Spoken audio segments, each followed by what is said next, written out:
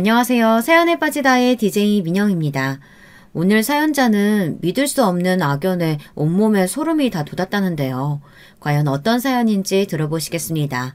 오늘도 두 가지 사연 준비되어 있는데요. 끝까지 들어주실 거죠? 그럼 바로 시작할게요. 구독과 좋아요 잊지 말고 꾹 눌러주세요. 안녕하세요. 저는 50대 여자입니다. 저는 아직도 제가 60대를 목전에 두고 있다는 사실이 믿기지를 않아요. 어느새 이렇게 나이가 든 건지 모르겠습니다. 정말 시간이 너무 빨라요. 저에게는 딸이 둘 있어요. 눈에 넣어도 아프지 않을 제 딸들 중 큰딸이 최근에 결혼할 남자가 생겼다며 소개를 해줬어요. 사실 얼마 전부터 주말에 한껏 꾸미고 나가기도 하고 카톡 푸사도 자주 바뀌길래 살짝 눈치를 채고 있기는 했었는데 딸아이가 직접 소개를 해주니 기분이 좋더라고요. 큰딸 남자친구는 직장도 탄탄하고 인물도 훤칠하니 괜찮았어요. 사실 만나기 전에 미리 딸아이가 데이트한 사진도 보여주고 남자친구 이야기도 해줬는데 이미 제 마음에는 들더라고요. 직업이니 인물이니 하는 조건도 중요하지만 됨됨이가 된 것 같았어요. 한 번은 딸아이가 출근길에 가벼운 교통사고를 당한 적이 있었어요. 저도 연락을 받고 놀라서 곧장 병원으로 가서 진찰부터 받으라고 했어요. 제가 금방 가겠다고요. 그런데 이미 남자친구가 사고 현장까지 와서 사고 수습을 해주고 병원으로 가고 있다고 하더군요. 회사에 반차까지 내고 말이죠. 물론 한창 좋을 때니 남자가 잘 보이려면 뭘 못하겠나요. 하지만 제 나이 정도 되고 옆에서 지켜보다 보면 그게 다 진심인지 아닌지 구분하게 되더군요. 병원에서 검사까지 다 잘 마치는 것까지 옆에 있어주고 죽이랑 간식거리를 잔뜩 사서 집까지 바래다 줬더라고요. 거기다가 다음날부터 한 달 동안을 딸아이 출퇴근을 시켜줬어요. 딸아이 차가 수리가 다 될 때까지요. 제가 그런 마음이 고마워서 딸아이를 통해 집에 한번 놀러오라고 맛있는 거 해주겠다고 했어요. 그런데 딸아이에게 제 번호를 받아 직접 연락을 했더군요. 하루 날을 잡아 저와 남편에게 식사 대접을 하고 싶다고요. 제가 스파게티를 좋아해요. 그 이야기를 들은 큰딸 남자친구가 파주의 유명한 스파게티 집을 예약까지 해뒀더군요. 거기다가 말도 잘하고 싹싹한 게 마음에 들었어요. 수아가 어머니 자랑을 엄청 해서 꼭 뵙고 싶었는데 왜 그렇게 자랑했는지 알겠어요. 저희 어머니랑 동갑이신데 훨씬 더 젊어 보이시고 세련되셨어요. 아이고 자네가 우리 수아 좋아하기는 하나 보다. 나이 든 아줌마 비행기도 태워주고 나중에 어머님 뵈면 그 말은 내가 꼭 비밀로 할게.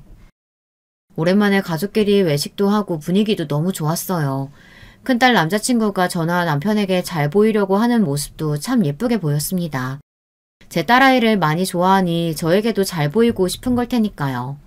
사실 큰딸아이가 몇 년 전까지만 해도 결혼 안 하고 혼자 산다고 해서 마음이 쓰였었는데 좋은 사람을 만난 것 같아 마음이 좀 안심이 됐습니다.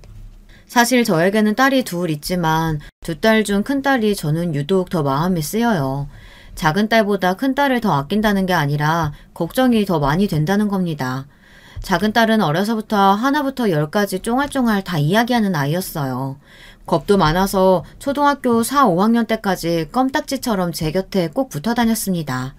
성격도 밝고 활달해서 주변에 친구들도 많았어요. 반면 큰딸은 저를 참 많이 닮았습니다. 제 어린 시절을 큰애가 본 것도 아닌데 꼭 제 모습을 보고 따라하는 것처럼 행동할 때가 있었어요. 그럴 때면 저도 깜짝깜짝 놀라요. 큰딸은 성실하고 공부도 잘했지만 워낙 속 이야기를 터놓지 않았어요. 겉으로 보기에는 학교 생활도 잘하고 친구들과도 잘 지내는 것 같아 보이기는 하는데 통 먼저 말을 하지 않았습니다. 제가 물으면 항상 좋다고 잘 지낸다고만 했어요. 큰딸이다 보니 저는 그냥 의젓한 줄로만 알았는데 시간이 지나고 보니 그게 아니더군요.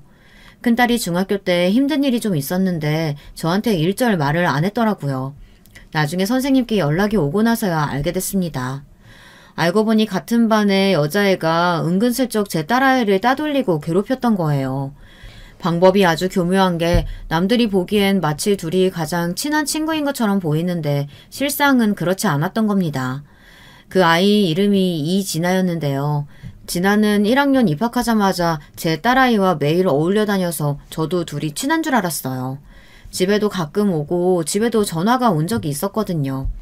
그런데 알고 보니 진아가 제 딸아이를 다른 아이들과 어울리지 못하게 하려고 중간에서 딸아이가 하지도 않은 말들을 들었다며 이간질을 해서 아이들이 딸아이를 미워하게 만들었습니다.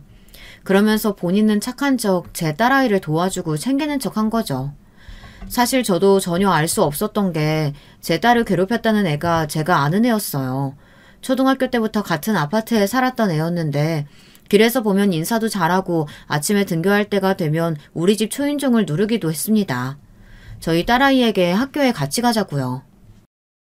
수아가 워낙 착해서 애들이 다 수아 좋아해요. 애가 워낙 밝고 말도 잘하길래 예뻐서 저는 집에 들어와서 밥도 좀 주고 간식도 챙겨주고 했어요. 그런데 걔가 저희 딸아이와 둘이 있을 때는 180도 달라졌답니다.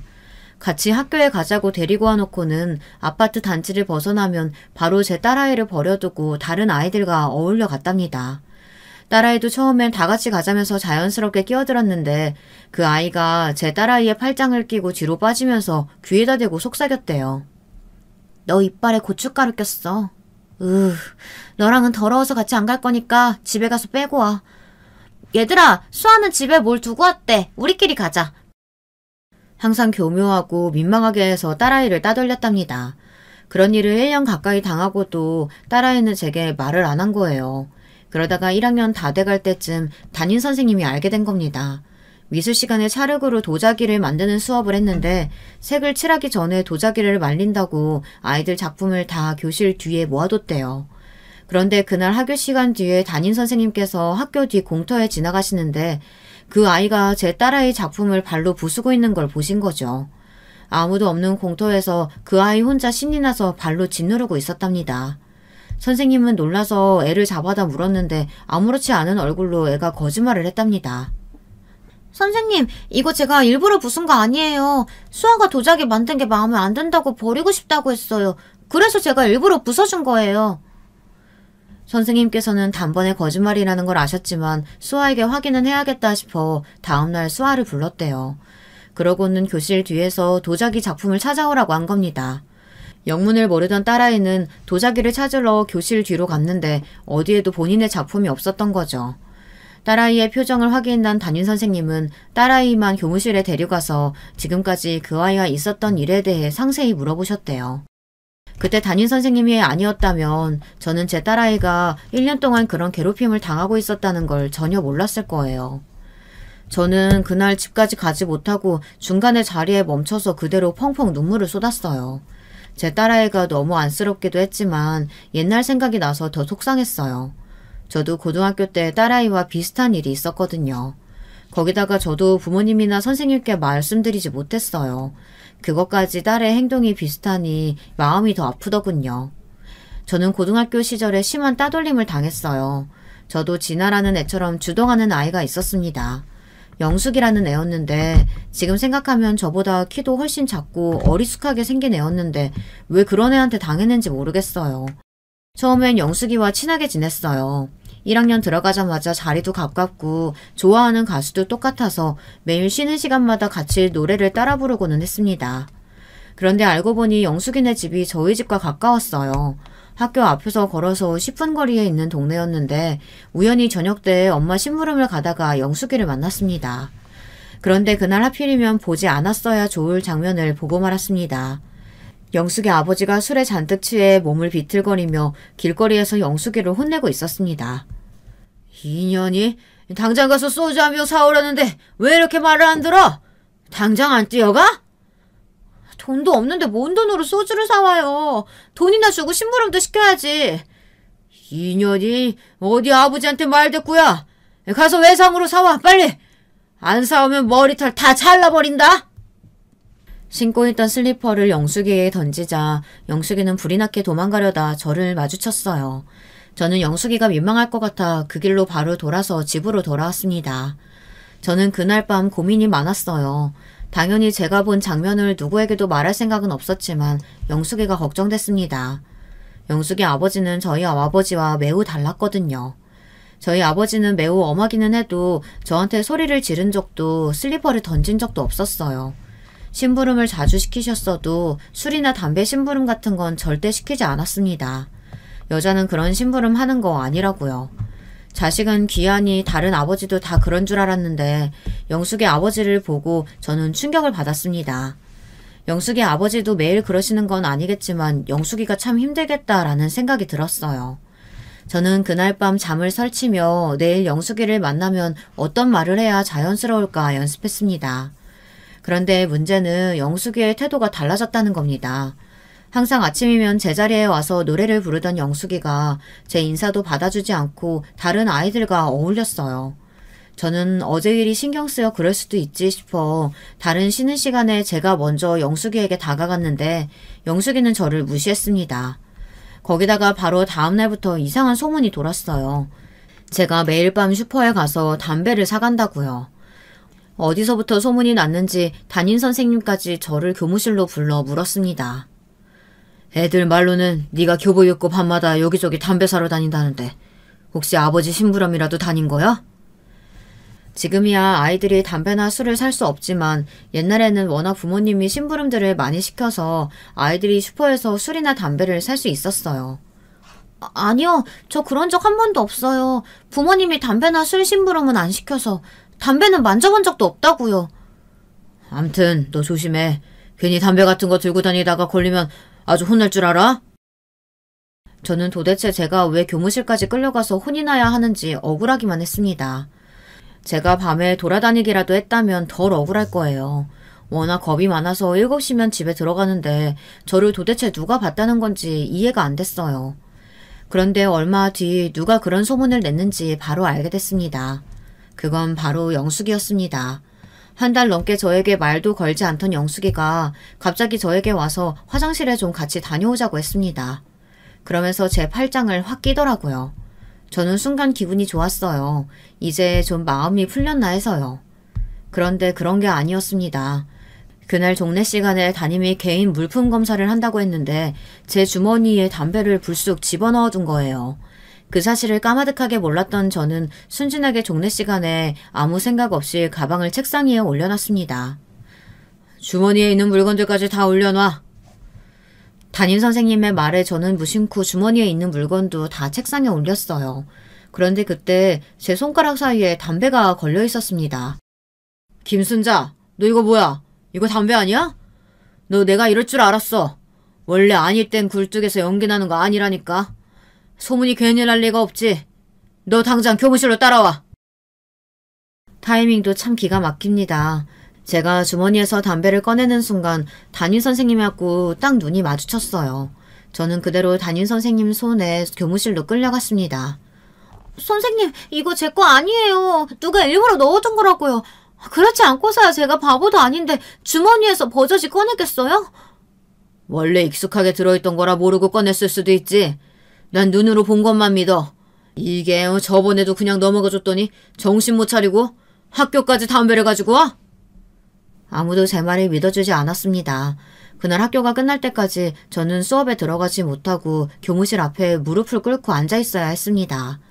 제 주머니에서 나온 담배를 입에 물고요. 교무실 앞을 지나가는 선생님마다 제 머리를 한 대씩 쥐어받고 가셨습니다. 에휴, 어린 게 벌써부터 나쁜 걸 배우면 어떡하니? 너 그러다 뼈 삭는다.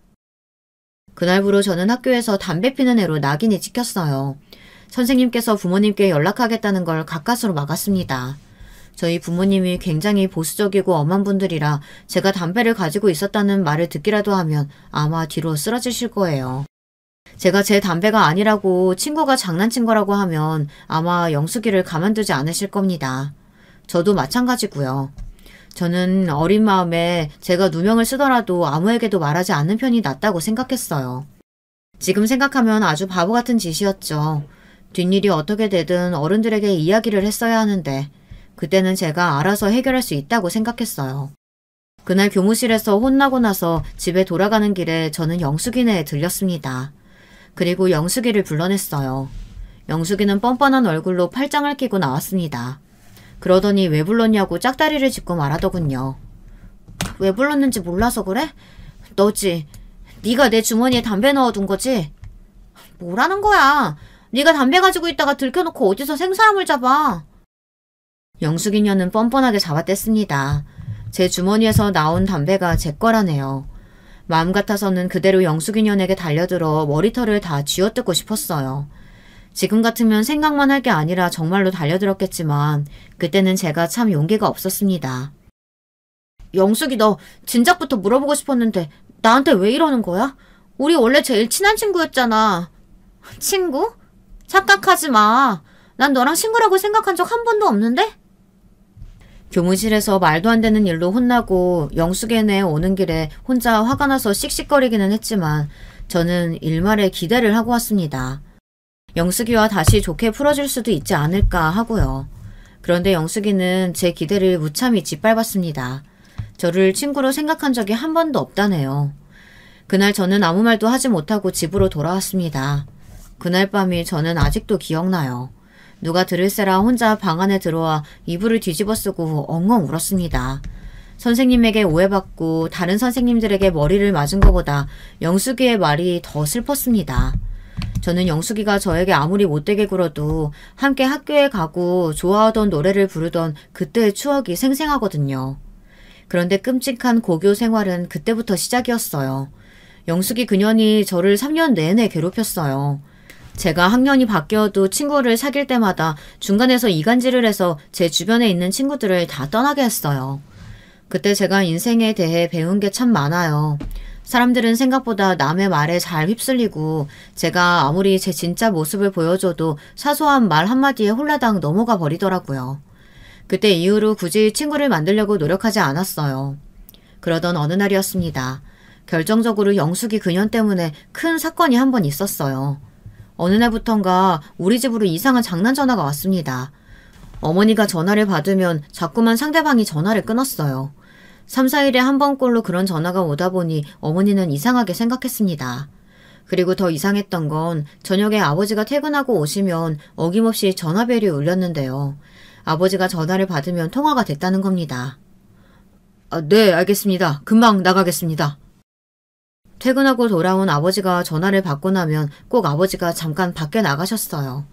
저도 어머니도 이상하게 생각하지 않을 수가 없었습니다. 저나 어머니가 전화를 받으면 말없이 끊는 전화가 수도 없이 오는데 아버지가 받으면 이야기를 나누고 결국엔 아버지가 잠깐 회사 사람들이 동네에 찾아와서 나간다고 하셨으니까요. 그런데 얼마 뒤 그 일은 우리 가족에게 씻을 수 없는 상처로 남게 되었습니다. 어머니께서는 아버지를 의심할 수밖에 없었어요. 그래서 어머니는 아예 하루 작정하고 아버지가 전화를 받고 나갈 때 따라 나가 뒤를 밟은 거죠. 그런데 어머니는 믿기지 않는 일을 목격하고 맙니다. 제 친구인 영숙이가 아빠 팔짱을 끼고 어디론가 걸어가는 모습을요. 거기다가 둘이 나누는 대화가 심상치 않았대요. 아저씨, 오늘은 저 큰 길에 있는 호빵 사주시면 안 돼요? 호빵도 호빵인데 우선 들릴 거부터 빨리 들려야지. 그 모습을 본 어머니는 충격에 빠져 곧장 아버지의 멱살을 잡았습니다. 이 인간이 정신이 나갔나? 당신! 이 늦은 시간에 이 어린애랑 뭐 하는 거야? 얘 우리 순자 친구인 거 몰라? 뭐? 당신 지금 무슨 생각하는 거야? 난 그냥 영숙이가 상황이 안 좋아서 도와주려고. 당신이 도와주긴 뭘 도와줘? 영숙이 네가 말해봐라.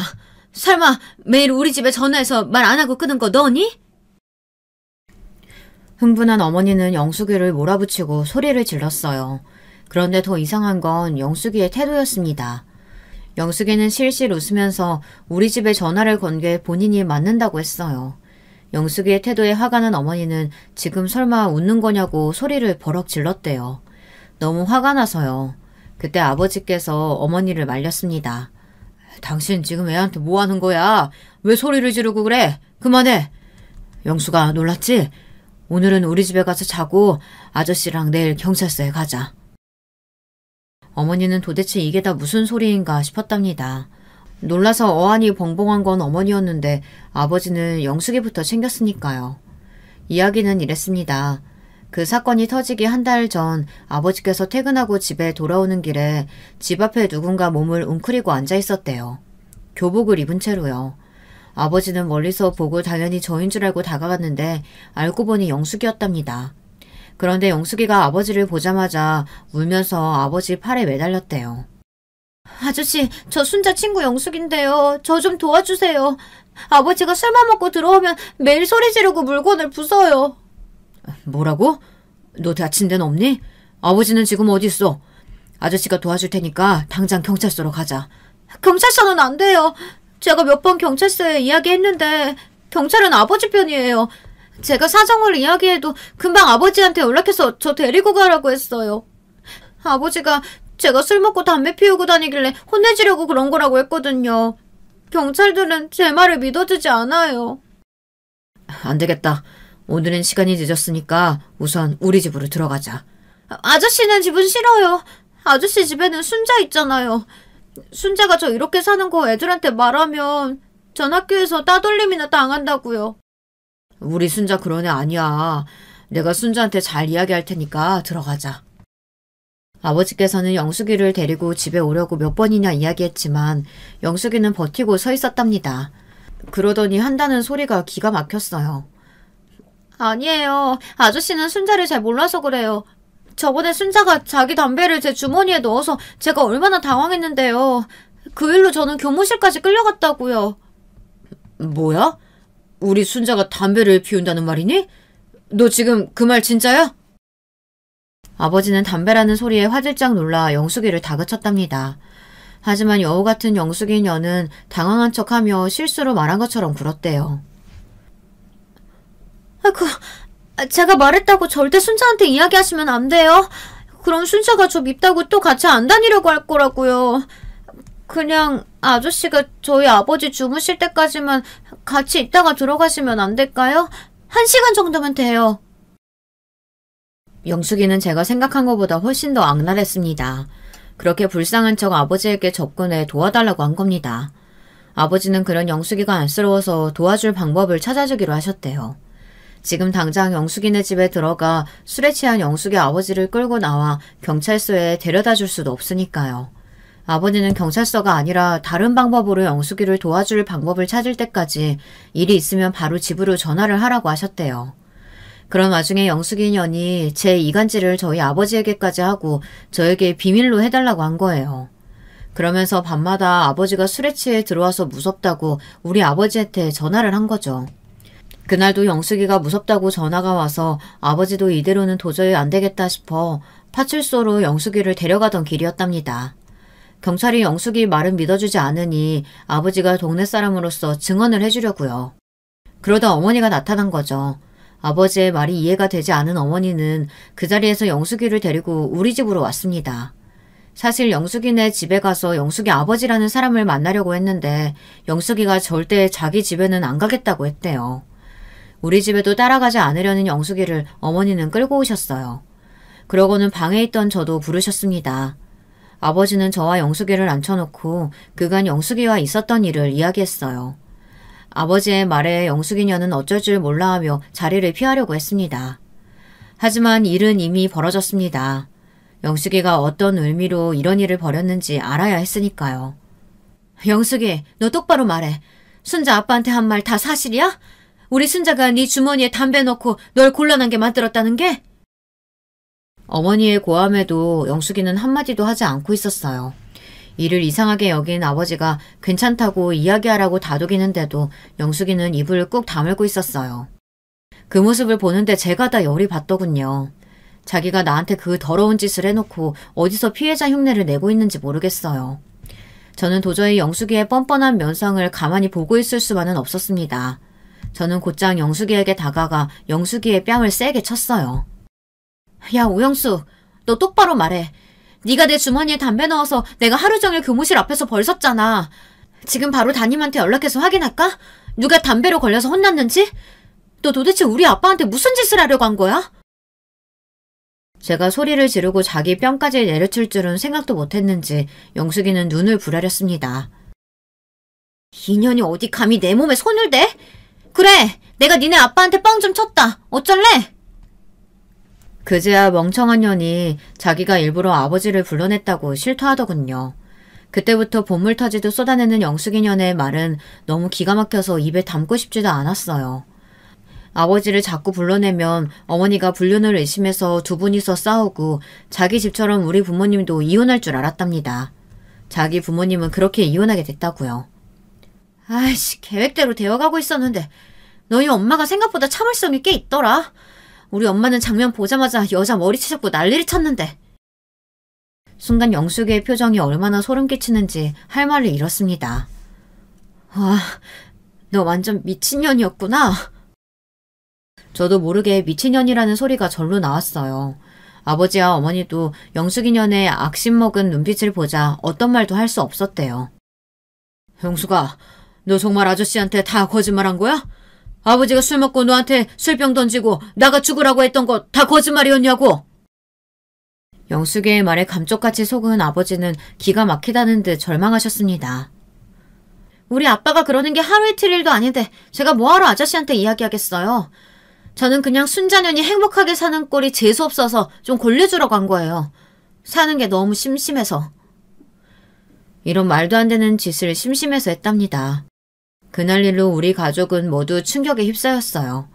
특히나 아버지는 어린 학생의 딸 같아 안쓰러워 호의를 베풀었는데 그게 일부러 아버지를 곤란하게 만들려고 한 거라는 말에 말문이 막히셨죠. 우리 가족은 그날 사건으로 이사까지 가게 됐습니다. 제가 지난 2년 동안 영숙이에게 당한 일을 그제야 다 이야기했거든요. 부모님은 왜 그런 큰일을 이야기하지 않았냐고 속상해하셨습니다. 부모님은 이사하고 저를 전학시키는 게 가장 좋은 방법이라고 생각하셨어요.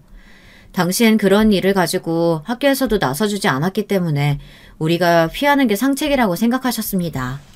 미친년 옆에 있다가 괜히 더한 일도 당할 수 있다고요. 그 동네를 벗어나고 나서는 한시름 놓고 편하게 살았어요. 그제야 알았죠. 제가 왜 그런 멍청하고 개념 없는 애한테 휘둘리며 마음에 상처를 만들며 살았는지요. 부모님도 그날 이후 저에게 더 많은 애정을 쏟으셨습니다. 제가 영숙이 때문에 상처받아 친구들과 잘 지내지 못할까 봐서요. 그래도 전학 간 학교에서는 좋은 친구들도 많이 사귀고 잘 지냈습니다. 저는 고등학교를 졸업하고 대학에도 진학했어요. 대학에 가서도 워낙 즐겁게 지내서 그때 일은 까마득하게 잊고 잘 살고 있었습니다. 그런데 자식을 키우다 보니 잊고 있던 지난 날들이 절로 떠오르더군요. 저를 닮은 딸아이가 더 안쓰러웠어요. 그때만 생각하면 아직도 마음이 아파요.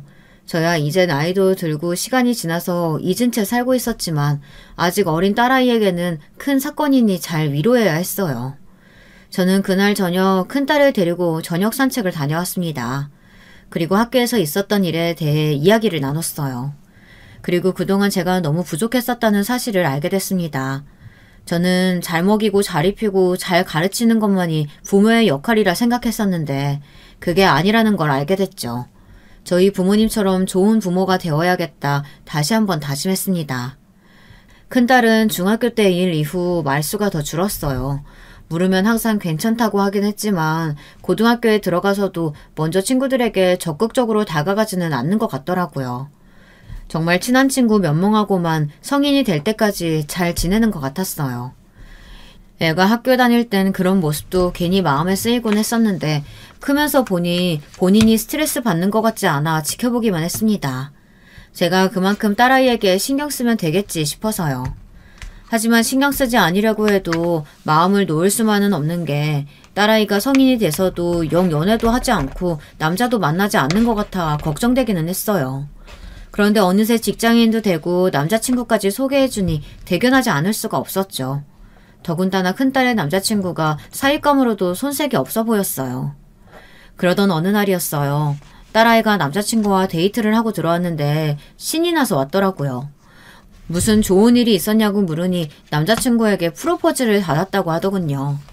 딸아이 남자친구가 근사한 식당을 예약했길래 무슨 일인가 했더니만 가게 안에는 큰딸과 남자친구뿐이 없었대요.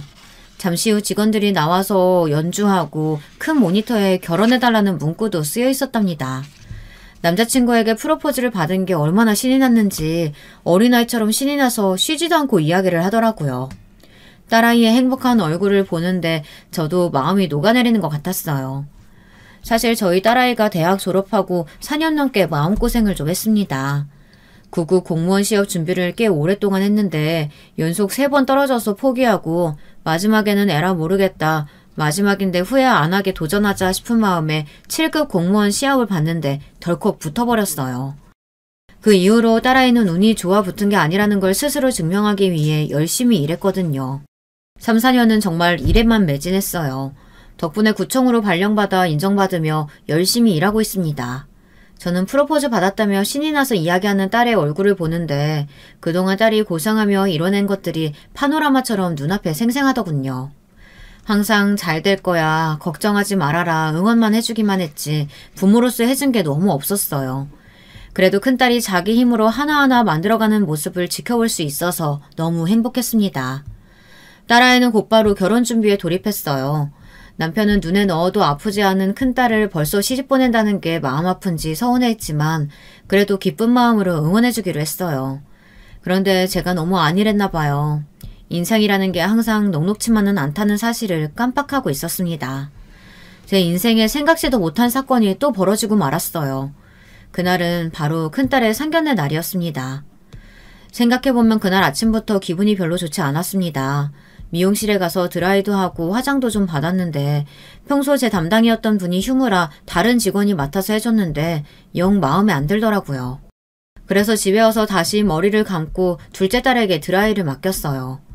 거기다가 약속 시간에 맞춰서 식구들이 다 나왔는데 우리 차 앞에 차를 주차한 사람이 연락이 안 돼서 하마터면 상견례 시간에 늦을 뻔했습니다.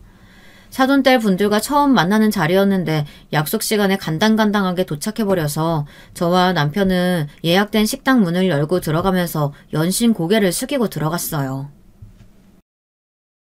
아이고 10분 일찍 출발했는데도 저희가 늦었네요.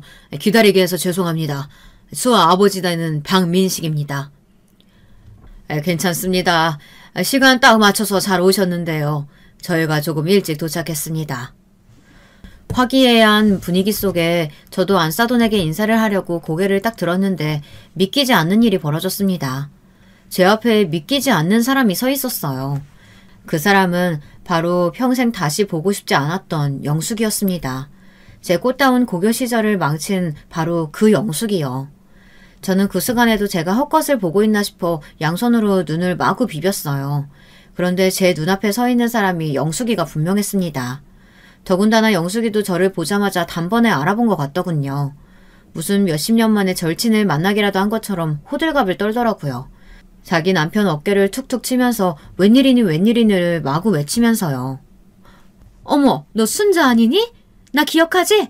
대림여고 영숙이. 이게 도대체 얼마만이야? 너 전화 까고 처음 보는 거니까 30년 만인가? 순간 저는 온몸에 털이 바짝 서며 소름이 돋았어요. 영숙이 너는 도대체 뭐가 반갑다고 저렇게 한바구음을 지으면서 제게 아는 체를 할 수 있는지 모르겠더군요. 당연히 기억하지. 내가 너를 어떻게 잊겠어. 저는 도저히 영숙이 년 앞에서 웃을 수가 없었습니다. 저는 딱딱하게 굳은 얼굴로 영숙이 눈을 똑바로 보고 말했어요. 솔직한 심정은 자리를 박차고 식당을 나가고 싶었지만 정색한 제 표정만 보고도 놀란 큰딸의 얼굴을 보는데 도저히 자리를 벗어날 수 없었어요. 평소와 다른 제 목소리에 놀란 건 우리 가족뿐이 아니라 예비 사위도 마찬가지였어요. 걱정 어린 눈으로 제 표정을 살피며 눈치를 살피더군요. 어머님 어디 불편하세요? 컨디션이 안 좋아 보이세요. 이렇게 훤칠하고 자상한 아이가 영숙이의 아들이라는 사실이 원망스럽기만 했습니다. 그때였어요. 자기 아들이 제게 다가와 저를 부축하는 모습이 신경 쓰였는지 영숙이가 저에게 다가오더군요. 제 팔을 잡으면서 친한 척을 했어요. 우리 순자가 나를 너무 오랜만에 봐서 놀랬나 보다. 나 너 그렇게 전화 까고 꼭 한번 만나고 싶었는데 어쩜 이렇게 만나니? 저는 순간 영숙이의 팔이 제 팔에 닿는데 소스라치게 놀라서 몸을 획 빼버렸어요. 옛날 제 주머니 속에 불쑥 담배를 집어넣은 일이 떠올라서요. 손 치워. 우리가 언제 친했다고 이래? 영숙이 년의 가소로운 미소에 저도 모르게 주변 상황을 잊고 소리가 격앙됐습니다. 그때 제 남편이 동그래진 눈으로 제게 다가왔어요. 여보, 왜 이래? 어디 정말 안 좋은 거야? 어머, 우리 순자 남편분이 너무 자상하신다. 아니다, 순자 남편분이 아니라 이제는 사돈이신가? 예비 사돈. 사실 저희가 고등학교 때 사소한 일로 좀 다툼이 있었어요. 그리고 바로 순자가 전화 까버려서 제가 제대로 사과도 못했거든요. 순자야, 어머님 아버님은 잘 계시지? 애써 남편과 자식 얼굴을 보고 참아보려고 했는데 그 재수없는 입에서 우리 부모님 안부를 묻는 소리를 하자 도저히 참을 수가 없었어요. 사돈? 사돈 같은 소리 하지 마. 우리가 왜 네 사돈이야? 그리고 네가 감히 어떻게 우리 부모님 안부를 물어? 그때 너 때문에 우리 가족이 얼마나 힘들었는지 알아? 이제 저도 더는 가만히 있을 수 없었습니다. 하나도 변한 거 없는 영숙이의 모습에 저는 딸의 결혼이고 뭐고 시킬 생각이 없었어요. 아무리 딸아이 남자친구가 멀쩡해도 영숙이 년의 아들을 사위로 볼 수는 없었습니다. 사이가 되면 저 재수없는 면상을 평생 마주쳐야 하는 거니까요. 그때였어요. 영숙이 년은 심각한 상황을 전혀 모르겠는지 다시 제 팔을 붙잡더니 되지도 않는 알랑방귀를 끼더군요. 우리 순자가 원래 옛날부터 뒤끝이 좀 길기는 했어. 순자야, 이렇게 만난 것도 인연인데 우리 지난 과거는 잊고 잘 지내보자. 내가 앞으로 잘할게. 순간 정말 제대로 눈이 돌더군요. 자기가 한 짓을 반성은커녕 뭘 잘못했는지도 모르는 것 같았습니다. 저는 제 팔을 잡는 영숙이의 어깨를 세게 밀치고 뺨을 올려붙였어요. 짝 소리가 나자 그 자리에 있던 모든 가족들이 놀라서 저를 바라봤습니다. 아! 야! 너 지금 뭐 하는 거야? 어릴 때 내가 한 번 맞아줬다고 네가 뭘 해도 되는 것 같아? 내가 이 정도로 받아줬으면 적당히 해야지. 자식들 앞에서 뭐 하는 거야? 너야말로 자식들 앞에서 부끄럽지도 않아? 내가 여기서 네가 나한테 무슨 짓 했는지 다 까발려줄까? 얼씨구, 내가 뭘 얼마나 잘못했다고 그래? 학교 다닐 때도 더럽게 소심하더니만 나이 들고도 철도 하나도 안 든 것 봐. 어릴 때 일 가지고 쪼잔하게 정말 왜 이래? 엄마, 그만해. 도대체 어머님이랑 무슨 일이 있었던 거야? 어머님, 무슨 일인지는 몰라도 죄송해요. 오늘은 그만 돌아가시고 제가 다시 인사드리겠습니다. 사람은 역시나 변하는 게 아니에요. 영숙이녀는 제가 뺨을 올려붙이자 곧바로 화르륵 열을 내며 제게 말을 쏘아붙였습니다. 그 상황에서도 당황하지 않고 저나 영숙이를 진정시키는 영숙의 아들이 대견했지만 저는 이 상황을 도저히 인정할 수 없었어요. 됐어. 나도 더는 할 말 없으니까 그만 돌아가자. 그리고 이거 하나만은 확실하게 하지. 내 사전에 절대 우리가 사돈이 되는 일은 없을 거야. 이 결혼 없던 걸로 할 테니까 그런 줄 알아. 저는 그대로 딸아이 손을 잡고 식당을 나왔습니다. 당황한 남편과 둘째 딸도 제 뒤를 따라왔고요. 잠시 뒤 주차장까지 따라온 딸 남자친구가 저를 붙잡으려 했지만 저는 매몰차게 돌아섰어요. 아무리 아까워도 할 수 없죠. 영숙이년 아들이면 저에게 원수나 다름없으니까요. 그날 집에 돌아와 저는 가족들을 앉혀놓고 저와 영숙이 사이에 있었던 일을 설명했습니다. 물론 제가 겪은 일이다 보니 제가 감정이 격앙돼 너무 제 입장만 이야기했는지도 모르겠어요.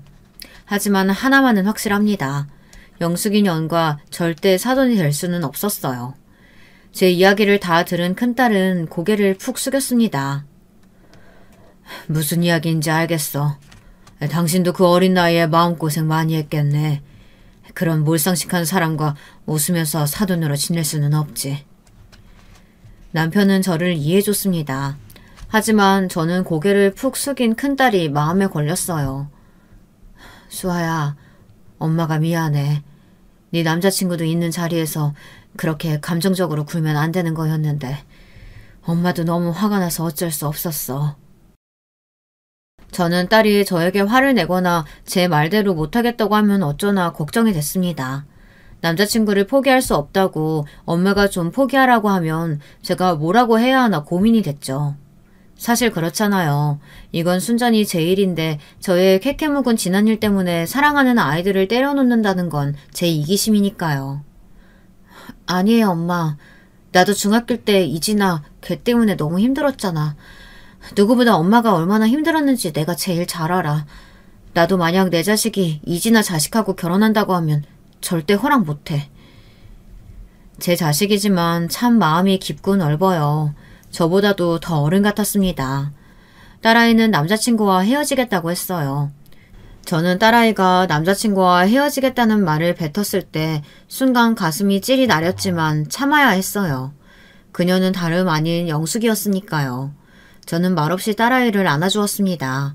그리고 둘이 한참 동안 눈물을 훔쳤어요. 그렇게 딸아이의 결혼은 하지 않는 걸로 일단락이 되었습니다. 딸아이가 남자친구에게 연락했다고 하더군요.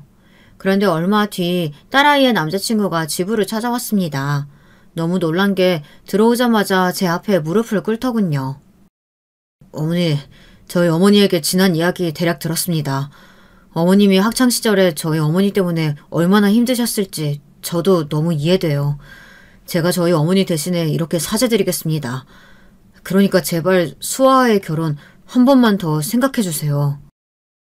저는 너무 당황해서 서둘러 일어나라고 했어요. 제가 사과를 받고 싶은 건 절대 영숙이의 아들이 아니었어요. 저는 너무 미안해서 영숙의 아들을 꼭 안아주었습니다. 이런 좋은 아이에게 제가 상처를 줬다는 게 너무 미안했어요. 저도 말도 안 되는 운명에 가슴이 아팠지만 결정을 번복하고 싶지는 않았습니다. 영숙이가 그 정도로 싫었으니까요. 이러지 말게. 나도 자녀에게 이러는 거 너무 마음 아파. 하지만 내 마음이 영숙이를 좋은 마음으로 볼 수가 없어. 그건 자네에게도 할 짓이 못 되고. 그랬습니다. 만약 제가 영숙이 아들을 사위로 드린다고 해도 제가 영숙이를 싫어하는 마음이 그대로 남아있는 한 평생 그 분노가 튀어나올 게 뻔해요. 부부로 사는 아이들에게 그런 못할 짓은 하고 싶지 않았습니다. 저는 그대로 영숙이 아들을 돌려보냈어요. 그날 저도 한숨도 자지 못했습니다. 제 인생에 어쩌다 이런 말도 안 되는 일이 벌어졌는지 모르겠어요. 정말 악연도 이런 악연이 없습니다. 저와 영숙이 사이에 있었던 일 때문에 멀쩡하게 잘 만나던 젊은 아이들에게 이런 상처를 주게 될 줄은 몰랐어요. 영숙이 아들도 아들이었지만 제 딸아이도 많이 힘들어했어요. 항상 집에 오면 회사에서 있었던 일을 이야기하던 아이가 매일 방에서 나오질 않았습니다. 제 앞에 무릎을 꿇고 앉아 결혼을 다시 생각해달라고 애원하는 남자친구의 모습을 봤으니 얘 마음이 어떻겠어요. 저는 딸아이에게 미안해서 그 어떤 말도 할 수가 없었습니다. 이런 일이 반복될수록 영숙이에 대한 분노가 커졌습니다. 이게 다 그년 때문이라는 생각밖에 안 들었어요. 아무리 어렸어도 그렇지 할진 못할지 구분도 못해서 어떻게 사람을 이렇게까지 만든단 말입니까? 영숙이 년은 옛날이나 지금이나 똑같아요. 남의 가정에 문제를 일으키는 무개념 싸가지였죠. 저는 애써 지난 일은 잊고 딸과 전처럼 잘 지내려고 노력했어요. 하지만 그것도 쉽지 않았습니다. 딸아이가 영 잘 먹지도 않고 외출도 안 하고 말도 안 하더니 회사에서 일하다가 쓰러졌다고 하더라고요. 저는 놀라서 병원에 쫓아갔습니다. 의사 말이 영양실조라고 하더군요. 환자분이 최근에 심하게 다이어트를 한다거나 견디기 힘들 정도의 안 좋은 일을 겪으셨나요? 현재 검사 결과로는 위에 거의 음식물이 없어요. 탈수도 심한 거 보니까 물도 안 마신 것 같고요. 저는 의사의 말에 너무 충격받아 그대로 바닥에 주저앉았습니다. 매일 딸아이가 힘이 하나도 없이 집에 들어와 밥 먹고 왔다고 하면 그런 줄 알았어요. 아침에도 밥상을 차려줘도 영 손을 안 대길래 좀 먹으라고 다그치기만 했습니다. 한순간에 사랑하는 사람을 잃은 아이의 심정은 생각도 안 하고요. 저는 가슴이 미어진다는 게 무슨 말인지 바로 알았습니다. 바로 그때의 감정이 그랬으니까요. 응급실 침대에 누워있는 딸아이의 얼굴을 보는데 심장이 떨어져 나간 것 같았어요. 그런데 그때였습니다. 제 핸드폰이 울렸어요. 모르는 번호라 받지 않으려다가 전화를 받았습니다. 그런데 그 전화는 바로 영숙이에게 온 전화였어요. 타이밍도 기가 막혔습니다. 저는 짜증스러운 목소리로 왜 전화했느냐고 소리부터 질렀어요. 그러자 차분한 목소리로 영숙이가 저를 보고 싶다고 하더군요. 저는 영숙이의 차분한 목소리마저 화가 났어요. 자기 때문에 내가 또 이렇게 불행해졌는데 멀쩡한 영숙이년이 너무 싫었습니다. 나 지금 내 딸 쓰러져서 병원 응급실에 와 있어. 니년 때문에 내 딸이 식음을 전폐해서 병원에 누워있다고. 저는 화가 나서 저도 모르게 눈물을 쏟으며 소리쳤습니다. 저는 당연히 영숙이년도 저처럼 소리를 지를 줄 알았어요. 그게 왜 자기 탓이냐고요. 그런데 생각지도 못한 대답이 돌아왔습니다. 수아가 쓰러졌다고? 어느 병원이야? 내가 지금 바로 갈게. 갑자기 본인이 오겠다며 어느 병원이냐고 묻는데 어이가 없더군요. 저는 네가 여길 왜 오냐고 소리쳤지만 영숙이는 여전히 가라앉은 목소리로 한 번 더 어느 병원인지 물었어요. 안 그래도 저에게 할 말이 있어서 만나자고 하려고 했다고요. 잠시 뒤 영숙이는 정말 병원에 찾아왔습니다. 응급실에 들어온 영숙이를 보고도 저는 아는 체 하지 않았는데 영숙이는 한참을 우리 딸 얼굴을 바라보더니 주사가 다 들어갈 때까지만 본인에게 시간을 좀 내달라고 하더군요. 저는 한숨을 크게 내쉬고 영숙이를 따라 나갔습니다. 둘이 작은 벤치에 나란히 앉았어요. 반대편 문에 비친 모습이 어느새 둘 다 쭈글쭈글 할머니가 되어 있었습니다. 그런데 영숙이가 갑자기 제 앞에 무릎을 꿇고 앉았어요. 숙자야, 미안해. 저번엔 너한테 괜히 자존심 부리면서 헛소리 했지만 나 사실 최근에 너 찾으려고 했어. 죽기 전에 꼭 너한테 사죄하려고. 순간 떨리는 영숙이의 목소리에 저는 가슴이 떨리기 시작했습니다. 죽기 전이라니, 너 무지 건강해 보이거든? 저는 괜히 떨리는 목소리를 숨기기 위해 더 목소리에 힘을 줬어요. 그때였어요. 영숙이가 믿기지 않는 소리를 했습니다. 나 사실 3개월 남았대. 나 작년에 췌장암 말기 진단받아서 수술도 안 된다는 거 우리 아들이 우겨서 수술했어. 그래서 지금까지 버티고 또 버텼는데 최근에 전이가 됐다네. 의사가 상황이 너무 안 좋아서 아마 더 살기는 쉽지 않을 거래.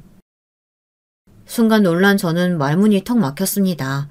그래서 도대체 무슨 말을 하는 거냐고 거짓말하지 말라고 다그쳤어요. 저는 저도 모르게 눈에 눈물이 고였습니다. 너한테 잘못한 거 벌 받는 거지 뭐. 그래서 우리 아들이 결혼 더 서두른 거야. 나한테 자기 결혼하는 모습 보여주고 싶다고.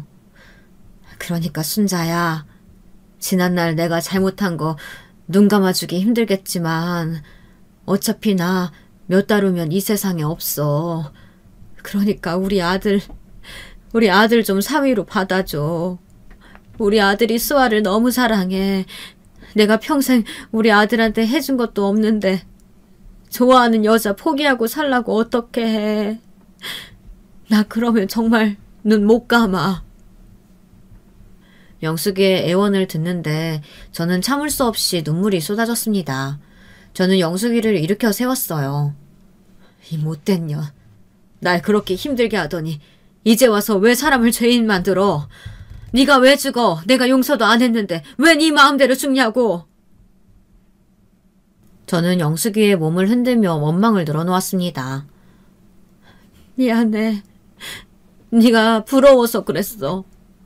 난 매일매일 불행한데 넌 행복해 보여서 셈이 나서 그런 거야. 제발 용서해줘, 순자야. 영숙이의 눈물 어린 사과에 저는 어쩔 줄 몰랐습니다. 영숙이가 죽는다는데, 제 평생의 원수가 죽어버린다는데 이 모든 게 아무 의미가 없다는 생각이 들더군요. 그 이후로 어떻게 됐냐고요? 여러분들이라면 과연 어떻게 하셨을 것 같으세요? 저는 끝까지 무릎을 꿇고 앉아 저에게 사죄하는 영숙이를 끌어안았습니다. 그리고 지난 날을 후회했어요. 조금만 미워할 걸, 조금만 원망할 걸. 이게 다 제가 영숙이를 미워해서 일어난 일인 것 같아 미안했어요. 네 아들 걱정하지 마. 내가 내 아들처럼 보살필 거야. 미안해, 영숙아. 내가 미워해서, 원망해서 미안해. 제가 해줄 수 있는 건 그 말밖에 없었어요. 얼마 전 저와 가족들은 영숙이를 떠나보냈습니다. 그리고 몇 개월 전 아이들을 결혼시켰어요. 아들이 결혼해서 잘 사는 모습을 봐서인지 영숙이는 의사가 말한 3개월을 훌쩍 넘기고 반년이나 더 살았습니다. 저희 곁을 떠날 때도 제 손을 꼭 붙잡고 떠났어요. 끝까지 미안하다고 말하는 영숙이가 안쓰러웠지만 저는 그날로 영숙이를 완전히 용서했습니다. 그리고 오늘의 사연은 하늘에 있는 영숙이에게 바치는 거예요. 속이 좁은 친구라 미안했다, 영숙아. 우리 다음에는 진짜 친구하자. 제 사연을 끝까지 들어주셔서 감사합니다. 제가 저의 부족한 부분마저 드러내며 용기 내 사연을 보낸 만큼 여러분께서 저의 앞날을 응원하는 댓글을 남겨주세요. 언제나 여러분의 가정에는 항상 행복한 일만 가득하시길 바라겠습니다. 여러분, 두 번째 사연 시작하기 전에 좋아요, 구독 꼭 눌러주실 거죠? 그럼 두 번째 사연 바로 시작합니다. 여자로 태어나 느낄 수 있는 수많은 행복 중 가장 감동적인 순간은 단연 출산의 순간이라 생각했습니다. 사랑하는 사람과 저의 모습을 반반씩 닮아 신기하기만 한 작은 생명체가 꼬물거리는 모습만 봐도 눈물이 날 정도로 행복할 것 같았지요. 그런데 현실은 제가 기대한 것과는 전혀 달랐습니다. 살다 보니 이 세상엔 상식이라는 것이 전혀 통하지 않는 분들도 있더군요. 그리고 결혼 전에는 오로지 제 말만 듣던 유별난 사랑꾼 남친도 결혼을 하고 나니 별 수 없더라고요. 저도 처음엔 제가 제 발등을 찍은 것이니 할 수 없다. 매일 밤마다 도저히 억울해서 잠에 들 수가 없었습니다. 지금 이 순간에도 제 곁에서 꾸물거리고 있는 딸아이를 생각해서라도 어떻게든 참고 살고 싶지만 도저히 이 집에서는 하루도 견딜 수가 없으니 어떻게 해야 좋을지 모르겠습니다. 저는 위로 오빠만 둘인 집에 막내딸로 태어났습니다. 안 그래도 여자아이가 귀한 집안에 막내로 태어났으니 어릴 때부터 터울이 좀 있었던 오빠들과는 달리 할머니, 할아버지의 사랑까지 독차지하며 아주 귀하게 자랐습니다. 주변 친구들도 모두 다 저를 부러워했어요. 인자한 성품에 경제력까지 가지신 부모님과 제 말이라면 하늘에서 별도 따다 줄 것처럼 구는 오빠들까지 저는 행복했습니다. 하지만 때론 한 번씩 그런 저를 시기하여 대놓고 괴롭히려고 하는 애들도 있었어요. 중학교 때는 자꾸만 일진 아이들의 표적이 되곤 했었는데 처음엔 준비물을 멋대로 빌려가서 돌려주지 않거나 화장실 앞에 줄을 서 있으면 일부러 제 앞으로 와서 새치기 하는 정도였습니다. 선생님에게 이르기에는 별거 아닌 것처럼 아주 교묘하게요. 그런데 3학년에 올라갔을 때쯤에 일이 터졌습니다. 아버지께서 유럽으로 출장을 가셨다가 오시며 사다 주신 가방을 메고 다녔었는데 수업이 끝나고 하교를 하던 저를 일진 애들이 데리고 으슥한 골목으로 끌고 가 다짜고짜 가방을 빼앗아 뒤집어 안에 물건들을 바닥에 던져 놓았습니다. 뭐야? 생각보다 돈도 없네? 비싼 가방을 들고 다니길래 당연히 돈도 많겠지 싶어 뒤졌는데 별거 없다며 이 가방 짜가 아니냐면서 저들끼리 낄낄거리며 욕도 하더니 손을 들어 보이며 손찌검을 할 것처럼 하더군요. 저는 처음으로 제 주변을 둘러싸고 있는 아이들이 무서웠습니다. 학교 안도 아니었고 지나가는 사람도 없는 한적한 곳이었으니 어딘가로 도움을 청할 수도 없었죠. 그래도 이대로 당하고 있을 수만은 없었습니다. 한번 당해주고 넘어가면 앞으로도 계속 만만하게 생각할 게 뻔했으니까요. 저는 가방을 돌려달라고 소리를 질러보려 했지만 저도 모르게 목이 메며 울먹이게 되더군요. 일진 아이들이 제 목소리를 가지고 또 시시덕거리며 놀려댔어요. 그 순간 제 교복 치마 안에 있던 휴대폰이 떠올랐어요. 학교에서는 휴대폰 사용이 금지였지만 저희 부모님께서는 그래도 가지고 다녀야 한다며 몰래 교복 치마 안에 넣어 다니게 하셨죠. 저는 곧바로 휴대폰을 꺼내 그 자리에서 경찰에 신고를 냈고 잠시 뒤 출동한 경찰들에 의해 다 함께 근처 파출소로 가게 됐습니다. 피해자 1명에 가해자가 5명이나 되는 사건이다 보니 일은 삽시간에 커졌고 학교 담임 선생님, 학생부장 선생님, 그리고 아이들의 부모님들까지 모두 다 파출소로 오게 됐어요. 저는 그날 언제나 인자하고 차분하기만 하셨던 저희 부모님의 새로운 모습을 보고 말았습니다. 우리 딸, 무슨 일이야? 어떤 놈들이 우리 딸 괴롭혔어? 너야? 너야? 아버님, 좀 진정하시고 저희 얘기 좀... 진정? 지금 진정하게 생겼습니까? 김 변호사, 지금 당장 우리 딸 건드린 이 녀석들 다 고소해. 절대 봐주지 마. 아버지의 말에 선생님들과 경찰관들까지 모두 적잖이 당황한 듯 보였지만 저희 아버지와 어머님은 두 분 다 그냥 넘어가지 않겠다. 이대로 미비한 처벌로 대충 넘어가려고 했다가는 언론에까지 보도하겠다며 학생부장 선생님께 내일 당장 교장 선생님을 만나 뵈러 학교에까지 찾아가겠다 하셨죠. 바로 몇 시간까지 제 가방이 짜가 아니냐며 시시덕거리며 비웃었던 아이들은 하나둘 어깨를 웅크리며 울먹이고 있었고 몇몇은 제 부모들에게 붙들려 갖은 험한 소리를 듣고 있었습니다.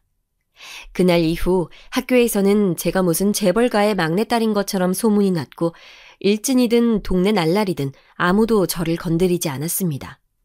오히려 고등학교에까지 소문이 나서 졸업할 때까지도 편하게 생활할 수 있었습니다. 그렇게 저는 다른 것에는 신경 쓸 것 없이 공부에만 열중할 수 있었어요. 저는 적당히 제가 원하던 대학에 붙었고 역시나 그렇게 제 인생은 순탄하게 흐르는 잔잔한 바다처럼 탄탄대로로 흘러가는 듯 보였습니다. 그런데 부모님의 울타리를 벗어나 대학에 딱 들어오니 지금까지의 학창시절과는 또 다르더군요. 저는 태어나 남녀차별이라는 것을 처음 경험해 보았습니다. 분명 똑같이 공부를 하고 성적도 다 비슷하게 들어온 것인데도 1학년 때는 무슨 미인대회에 제가 출전을 하기라도 한 것처럼 남자 선배들의 외모 지적이나 다른 친구들과의 외모 평가를 매일같이 들어야 했습니다. 제 의사와는 전혀 상관없이 키가 5cm만 더 커도 좋았겠다거나 볼 때마다 살이 쪘네 빠졌네 별의별 간섭을 다 했습니다. 그러다 한 번은 시험 기간이라 새벽까지 공부를 하다 잠도 거의 자지 못하고 등교를 했는데 한 남자 선배가 이젠 아예 쌩얼이냐며 민망하게 하더라고요. 자리에 있던 남자 선배들이 아무리 시험 기간이라도 우리 생각도 좀 해줘야 하는 거 아니냐며 다들 한마디씩 하기 시작했습니다.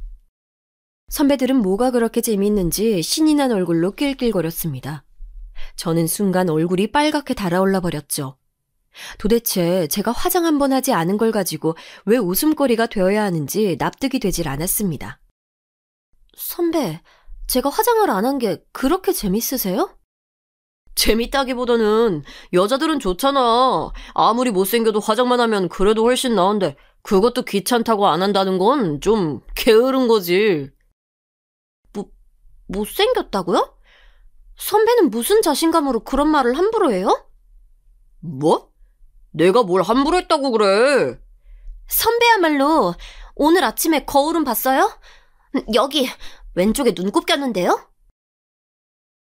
그냥 넘어갈 수도 있는 말에 뭘 그렇게까지 하느냐고 생각하실 수도 있겠지만 어릴 때부터 예쁘다, 귀엽다, 사랑스럽다 등등 그런 소리만 들으며 커온 저로서는 사실 대학에 와서 만난 남자들의 반응이 제게는 항상 불편하고 공격적으로 느껴졌습니다. 물론 그날 이후 선배들의 반응은 예상한 대로였습니다. 저를 농담도 받아줄 줄 모르는 앞뒤가 깍깍 막힌 개싸가지 1학년으로 만들어버렸으니까요. 앞으로 제 앞에서는 농담 한번 못하겠다면서요. 그렇게 저는 순식간에 남자 선배들 사이에서 개념 없고 드세기로 유명한 후배로 낙인이 찍혔어요. 다들 뒤에선 수군거리면서도 제 앞에서는 다들 말조심하는 척 굴었죠. 기왕 이렇게 되어버린 거 공부에나 열중하자 싶어 자격증도 열심히 따고 인턴십도 할 수 있는 한 열심히 다 참여했습니다. 그렇게 바쁘게 지내다 보니 학년이 올라갈수록 거지 같기만 했던 남자 선배들과의 관계도 어느 정도 익숙해지더군요. 인턴십 정보를 주워 듣거나 스터디라도 하려고 하다 보면 남자 선배들과의 관계를 전혀 무시할 수가 없었습니다. 그렇게 좋게 넘어가며 지내다 보니 어느새 알아서 제 얼굴이나 몸매를 저 스스로가 비하하고 있었습니다. 또 먹어? 다이어트 한다고 하지 않았어? 선배, 맛있으면 0칼로리. 다이어트는 내일부터. 몰라요? 놀라셨죠? 맞습니다. 마지막 대사가 제 대사 맞아요. 이제는 저런 말을 들어도 예전만큼의 타격이 없었어요. 오히려 웃을 수 있는 여유까지 생겼죠. 다이어트 할 때가 어딨다고. 저는 뒤쪽에서 들려오는 소리에 입에 떡볶이를 잔뜩 물고 손에 튀김까지 든 상태로 돌아섰는데 그곳에는 새로 복학한 남자 선배가 서 있었습니다. 제가 1학년 때 선배는 휴학을 해서 자주 보지 못했었는데 언뜻 보기에도 그때보다 훨씬 더 남자다워진 모습이더군요. 아니, 오히려 이렇게 잘생겼었나 싶었습니다. 저는 입에 물고 있던 떡볶이를 오물거리며 선배의 얼굴을 빤히 올려다봤습니다. 그리고 그날 저는 그 선배에게 첫눈에 반해버리고 말았어요. 지금까지의 제 대학 생활에 대해 다 알고 계시니 아시겠지만 저는 그 흔한 소개팅 한번, 미팅 한번 나가본 적 없는 모태솔로였습니다. 그래서 좋아하는 사람이 생겼대도 어떻게 해야 할지 몰랐죠. 친구들도 답답해할 정도로 그냥 혼자 멀리서 바라보며 흐뭇해하고 좋아할 뿐이었습니다. 그러던 중 제게도 기회가 찾아왔습니다.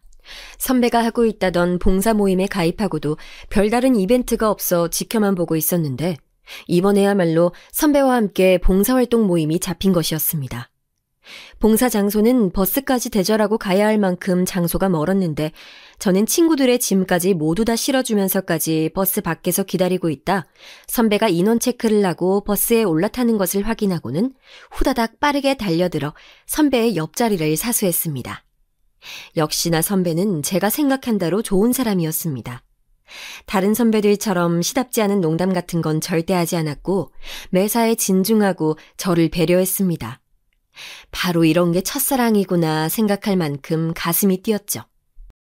봉사활동은 어르신들이 계신 시설에 청소도 돕고 지원받아온 물건들을 나르는 것이었는데 생전 처음 해보는 일이어서 그랬는지 제가 생각했던 것보다 일이 고됐습니다.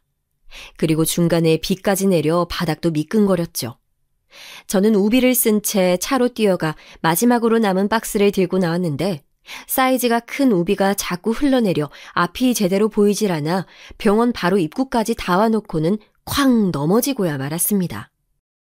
반바지를 입고 있는 상태로 그대로 바닥에 넘어졌으니 무릎이 다 까졌는지 무릎이 욱신거려 일어날 수가 없었죠. 괜찮아? 아, 비는 사랑을 타고 내린다고 했나요? 딱 바로 그 노랫말과 찰떡인 순간이었습니다. 비에 홀딱 젖어 바닥에 넘어졌을 땐 서름이 목 끝까지 차오르더니만 선배의 목소리가 들리자마자 무릎에 느껴지던 통증들이 모두 다 싹 사라지는 것만 같았죠. 저는 괜찮다며 자리에서 일어나려고 했는데 선배가 불쑥 제 앞에 무릎을 굽히고는 앉는 것이었습니다. 엎혀. 어머. 제 머릿속에서는 이미 비가 아닌 폭죽이 연신 터지고 있었습니다. 사실 그대로 일어나 성큼성큼 걸을 수도 있었지만 저는 애써 몸을 베베 꼬며 선배의 넓은 어깨를 잡고 일어나 비에 흠뻑 젖은 등에 엎였습니다.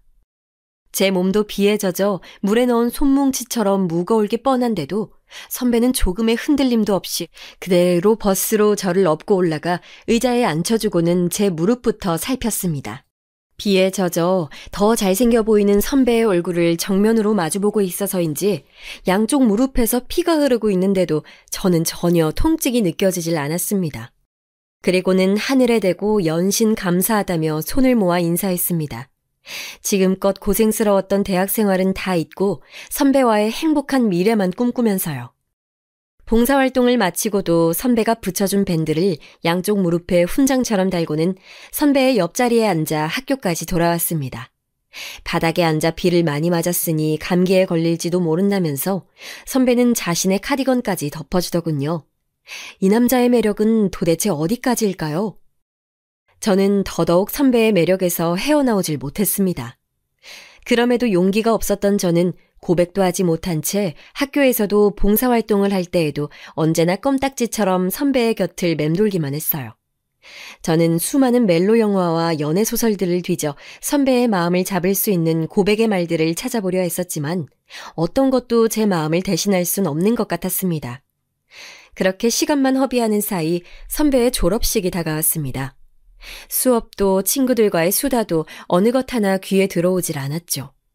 그런데 그때 제게 꿈 같은 일이 벌어지고야 말았습니다. 수업이 끝나고 강의실을 나서려는데 강의실 앞에 선배가 저를 기다리고 있었어요. 장미 한 송이와 함께요. 저는 웬 꽃이냐고 물었고 선배는 데이트 신청에 그냥 오는 것은 매너가 아닌 것 같아 꽃을 사왔다고 했습니다. 저는 지금 제가 듣고 있는 말이 꿈인가 싶어 제 볼을 세게 꼬집었습니다. 선배가 제게 데이트 신청을 하다니요. 그대로 친구들의 환호소리와 다른 남자 선배들의 수군거리는 소리를 들으며 저희는 함께 학교를 빠져나왔습니다. 저는 자꾸만 웃음이 나와 선배 얼굴을 올려다보며 배실거리며 웃었습니다. 그런 모습이 귀엽다며 선배도 웃었죠. 그리고 선배가 미리 알아두었다는 이탈리안 레스토랑에 갔습니다. 토마토 스파게티와 리조또를 먹으며 서로의 마음을 확인했어요. 선배도 복학하고 저를 처음 보았을 때 떡볶이를 입 한가득 물고 있던 제가 인상 깊어 그때부터 자꾸만 제가 신경이 쓰였답니다.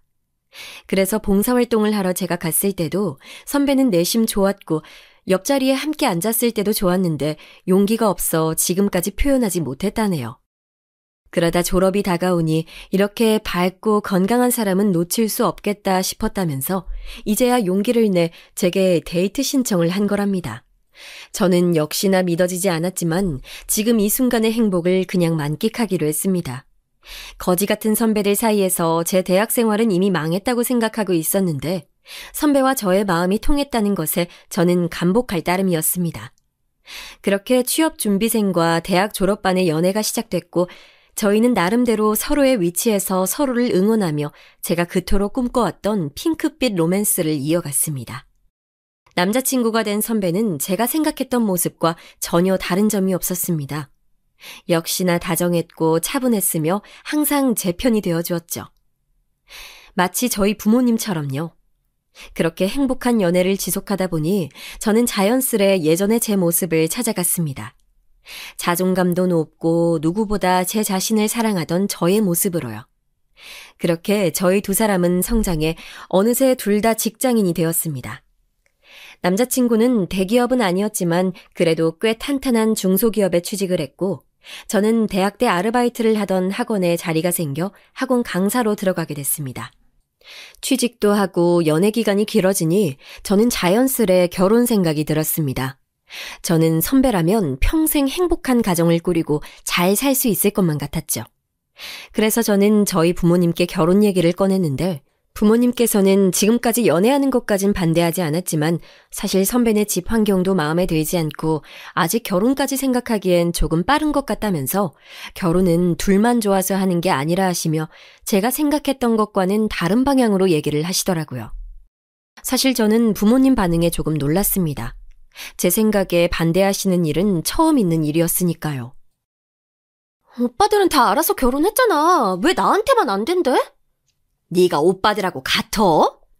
뭐가 다른데? 오빠들도 다 30 되기 전에 결혼했잖아. 그 집이랑 우리 집이랑은 달라도 너무 다르잖아.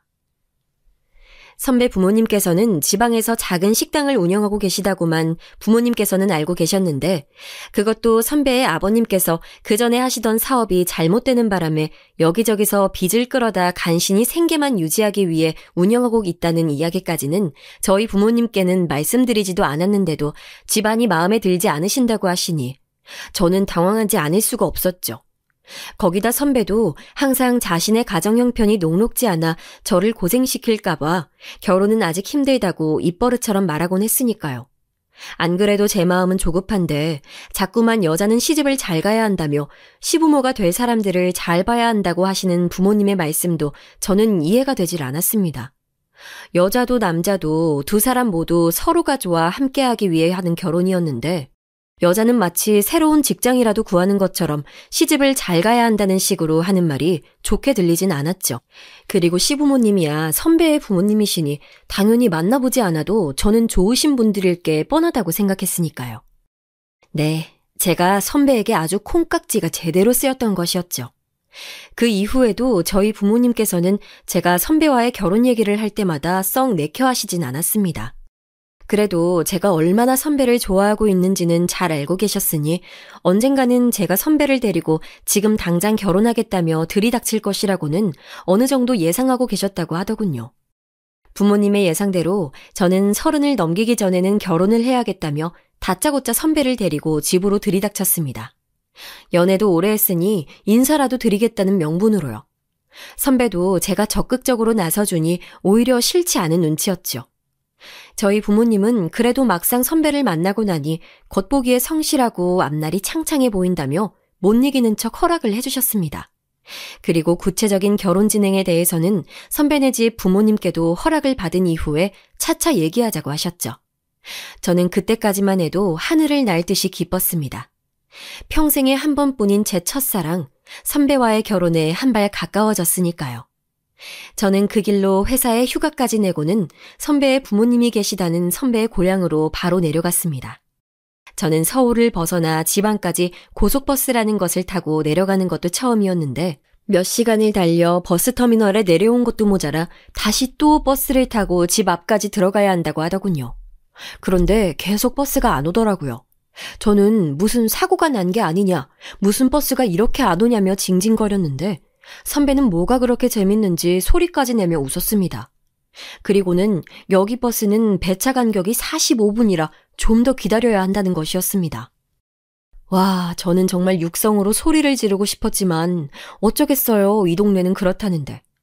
버스에서 내려서도 선배를 따라 차들이 달리는 도로 옆 갓길을 한 줄로 서서 그렇게 한참을 걸려 드디어 선배의 집에 도착했습니다. 그런데 저는 태어나 그런 집은 처음 봤습니다. 차들이 쌩쌩 달리는 도로 바로 옆에 집이 있더군요. 컨테이너? 조립식 주택? 아무튼 공사장 한켠에 일꾼들이 숙소로 쓸 것만 같이 생긴 집이 선배가 대학에 올 때까지 살았다던 부모님의 집이었습니다. 저는 티를 낼 수는 없었지만 서울보다도 훨씬 더 집값이 싼 지방에서 이런 집에 살 정도로 힘들게 살았다면 선배가 지금까지 얼마나 힘들었을지 저는 예상조차도 되지 않았습니다. 선배는 제 앞에서 한 번도 티를 내지 않았으니까요. 선배 부모님께서는 저희 부모님보다도 나이는 젊으셨는데 겉으로 보기엔 훨씬 더 나이가 들어 보이시더라고요. 아무래도 몸도 마음도 많이 고생을 하셨으니 그렇겠다 싶었죠. 식사를 마치고 서울에서 제가 사간 과일 바구니에서 과일을 꺼내 어머니와 주방에 서서 나란히 씻으며 잠깐 얘기를 나눴는데 어머니께서는 아들에 대한 애정이 남달라 보이셨어요. 내 아들이지만 어릴 때부터 얼마나 총명하고 똑똑했는지 몰라. 6년 내내 반장을 아주 도맡아 했다니까. 와, 진짜요? 그렇다니까. 이 동네에 그 먼 서울까지 대학 간 애는 우리 아들밖에 없어. 대학 때도 인기 진짜 많았었는데 선배는 원래부터 멋있었나 봐요. 제 반응에 어머니는 기다리셨다는 듯 우리가 지금은 이렇게 살아도 결혼할 때까지만 해도 이 동네 어디에 큰 전원주택에서 신혼살림을 한 사람들이다. 이런 과일은 원래 잘 먹지도 않았다 하시며 백화점에서 파는 수입 과일만 사다 먹었다고 하시더라고요. 그러니까 지금 우리 이렇게 산다고 너 우리 아들 무시하면 안 돼. 라고 하셨죠. 저는 어른들이 하시는 농담이라 생각하며 단순히 웃어넘겼습니다. 하지만 나중에 저희 어머니께 말씀드렸더니 없는 사람들이 괜한 자존심에 애한테 별소리를 다 한다며 좋아하지 않으셨어요. 그리고는 정말 선배와 결혼을 할 거냐며 너처럼 부모 그늘에서 평생 편하게만 살던 애가 그런 시부모 밑에서 어떻게 살 거냐며 나무라셨죠. 저도 사실 선배의 고향집에 다녀온 이후 고민이 되지 않았던 건 아니었습니다. 하지만 시부모님이 어떻든 간에 1년에 몇 번이나 보겠나 싶었고 결혼은 저와 선배가 하는 것이었으니 선배만 있으면 뭐든지 이겨낼 수 있을 것만 같았죠. 저와 선배는 서로를 진심으로 사랑했으니까요. 그렇게 상견례 날짜가 잡혔고 선배 부모님께서 선배 사시는 곳도 좀 보고 싶다 하셔서 상견례는 서울에서 하게 됐습니다.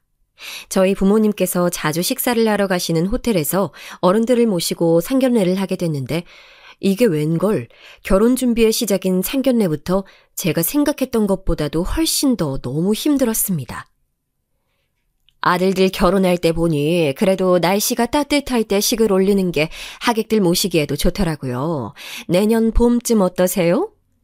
아이고, 따님 나이도 있는데 해를 넘기는 것보다야 1살이라도 어릴 때 하는 것이 애 낳기에도 좋지 않겠어요?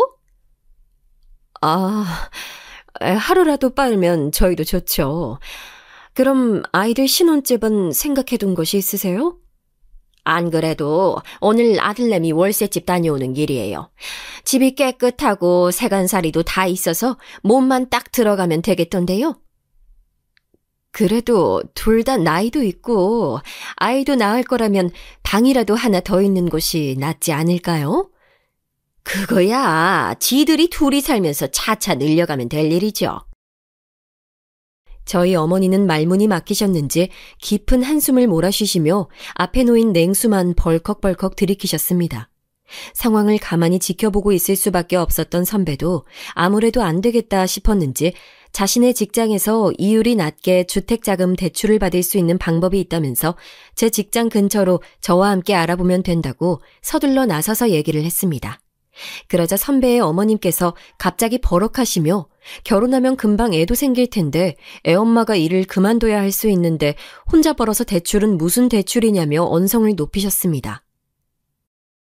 아까부터 자꾸 하루라도 빨리 애를 낳아야 할 것처럼 얘기하시는데 요즘 나이 30이래 봐야 우리 때랑은 달라서 한창 일할 나이지 애 키울 나이는 아니에요.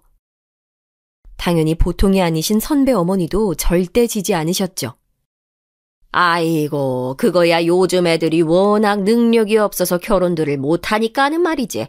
여자가 시집을 왔으면 손주부터 낳아주는 게 당연한 순서죠. 손주를 낳아주다뇨? 그게 도대체 어느 나라 법이랍니까? 지들이 낳고 싶으면 낳고 아니면 마는 거지. 부모가 해준 것도 없이 이래라 저래라는 건 너무 간섭하는 것 같은데요. 순간 식사 자리는 차갑게 얼어붙었습니다. 마주보고 있던 저와 선배는 아무 말도 하지 못한 채 쩔쩔매고 있었죠. 그때 상황만 조용히 지켜보고 계셨던 저희 아버지께서 말문을 여셨습니다. 이미 두 아들이 장가를 갈 때에도 각각 집을 해줬으니 딸아이에게도 똑같이 해주고 싶다고 하시며 신혼집은 저희 쪽에서 준비를 하겠다고요. 저희 엄마는 머리가 지끈거리시는지 손으로 이마를 짚으셨고 선배 부모님께서는 그렇게 해주시면 아이들이 시작부터 얼마나 안정적으로 지낼 수 있겠냐며 상견례를 시작한 이후 가장 밝은 얼굴로 좋아하셨습니다. 저와 선배 얼굴은 뜨겁게 달아올라 있었고요. 저는 물론 선배와 너무도 결혼을 하고 싶었습니다. 하지만 상견례를 하고 난 이후 왜인지 기분이 좋지 않았습니다. 상견례가 끝나고 저희 어머니는 아버지에게 그런 얘기를 뭐하러 했냐 화를 내셨지만 아버지께서는 둘이 좋아 결혼을 하겠다는데 집이야 누가 됐든 해줄 수 있는 사람이 해주면 되지 않겠냐 하시며 그게 고마운 줄 알면 선배도 제게 더 잘하고 시부모 될 사람들도 제 눈치를 조금이라도 보지 않겠냐 하시더라고요.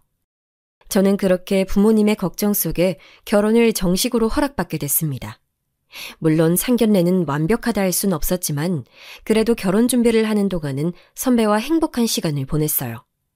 마침 제 직장과 선배의 직장 중간 지점에 적당한 아파트가 있다며 아버지께서 일찌감치 알아봐 주셔서 계약을 했습니다. 평수는 크지 않았지만 그래도 주변에 공원도 있고 학교도 있으니 아이 하나 정도는 낳고 살 수 있을 정도의 집이라 생각했죠.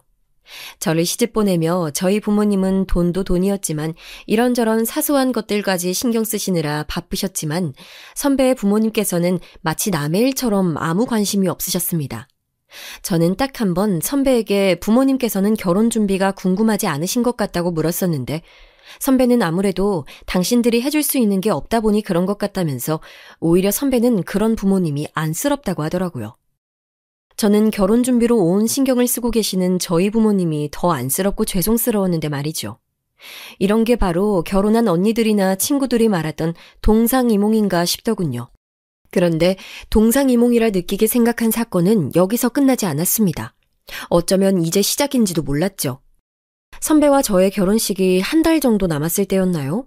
주말에 서울에 다른 친척분의 결혼식이 있으시다며 예비 시부모님께서 서울에 올라오셨습니다. 결혼식은 토요일 낮이었는데 부모님은 가게 문까지 닫으시며 금요일 오전에 일찍 올라오신다는 것이었습니다. 저는 오랜만에 아들도 보고 서울 구경도 하실 겸 일찍 올라오신 것 같아 마음이 쓰여 서울 중심가에 호텔이라도 예약을 해드려야 되겠다 싶었죠. 그런데 돌아온 선배의 말은 저를 경악하게 했습니다. 나도 그러려고 했는데 어머니께서 우리 집이 있는데 뭐하러 돈을 쓰냐고 하시네? 우리 집? 우리 신혼집. 거기 아직 비어있으니까 하루만 주무시고 가시면 된다고.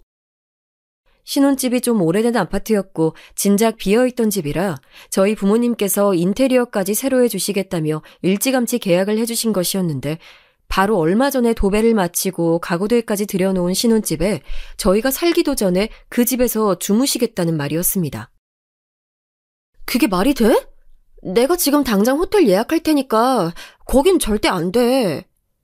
왜 그렇게 예민하게 굴어? 우리 부모님이 거기서 자면 그 집이 닳기라도 해? 그런 얘기가 아니잖아. 앞으로 아들 살 집이 궁금해서 그러시는 건데 좀 이해해 줄 순 없어? 당신들이 해준 게 없어 대놓고 보고 싶다 말도 못 하시는 건데 제가 먼저 얘기해 줄 순 없었냐고까지 하더라고요. 저는 제게 이렇게까지 말하는 선배의 모습도 너무 낯설었고 자꾸만 자신의 부모의 입장에서만 얘기하는 것도 받아들이기 힘들었습니다. 혼란스러움에 아무 말도 하지 못하고 있는 제게 선배는 그럼 알았다며 그냥 본인의 자취방에서 부모님을 재우겠다고 하더라고요. 저는 졸지에 시부모님을 무시하고 문전박대한 못된 며느리가 된 것만 같았습니다. 살면서 이런 기분은 처음이었죠. 저는 할 수 없이 집에 가구만 있지 아직 가전제품도 없어서 지내시기 불편하실 거라는 생각에 그런 것이라고 말을 돌렸습니다. 그랬더니 선배는 기다렸다는 듯 걱정하지 말아라. 부모님이 지내시는 동안 필요한 것들은 자신이 다 알아서 하겠다고 하더라고요. 그래도 금세 기분이 풀려 좋아하는 선배의 모습을 보니 어쩌면 제가 언제나 부모님에게 응성만 부리며 자라 선배의 마음을 이해하지 못했나 하는 생각도 들더군요. 그래봐야 하룻밤인데 제가 너무 인색했다 싶었죠. 그런데 신혼집 사건은 여기서 끝나지 않았습니다. 그 주 일요일에 냉장고와 몇 가지 가전제품이 들어오기로 되어 있어 제가 일요일 오후에 신혼집에 들리려고 했는데 선배는 굳이 본인이 가겠다고 하더라고요. 저는 좀 이상하다 싶었습니다.